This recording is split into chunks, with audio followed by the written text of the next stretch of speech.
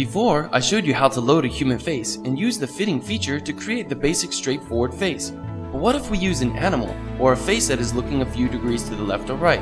That is not a problem. Let me show you how to choose a profile based on the model you are using and how to use the facial orientation mechanism. So here we have an image of a hound dog.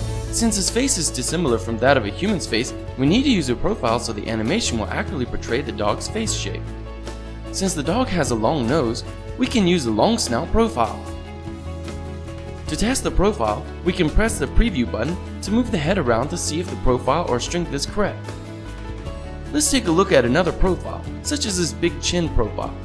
No, it doesn't seem to fit our dog's profile, since he has big ears, a long nose, and cute eyes, but his chin is awfully small. So we'll just stick to the dog's long snout profile. Again, we can play with the strength to get the right profile. We can change the strength to high strength or low strength. But it looks like high strength is not good for the dog since his nose is not that long. So we'll stick to the strength of 1.5. Alright, let's take another look at a different image. For instance, this frog. The profile that would best fit this frog is actually the convex face profile. And again, we can adjust the orientation and the strength of the profile. The profile exists to help animate, but the profile is not concrete, meaning sometimes a profile is designed specifically for one type of character but could easily be used for many different types of images and characters. It's up to you and your project needs. For example, what if we had an animated character or a cartoon character? We could use either the comic profile or the human face, depending on the geometry of the image's face.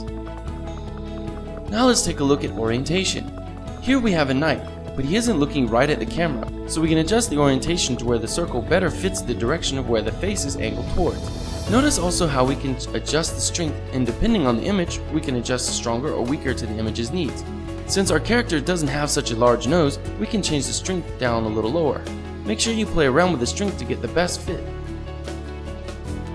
Once again, to test if the orientation and profile is accurate enough, we can press preview.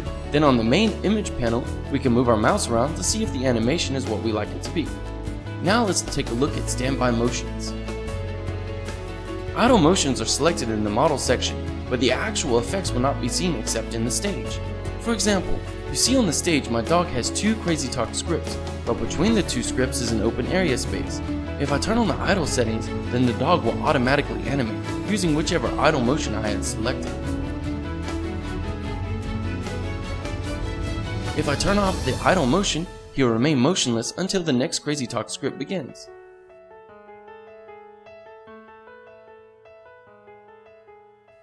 So let's open up the idle settings and see how to add in an idle motion. On this panel, we can choose idle settings for our characters. This is like adding in a persona to your character, so that when your character is sitting idle, the standby motions will automatically add in animations depending on the standby motion you had selected. First, make sure you check the box to turn on standby motions.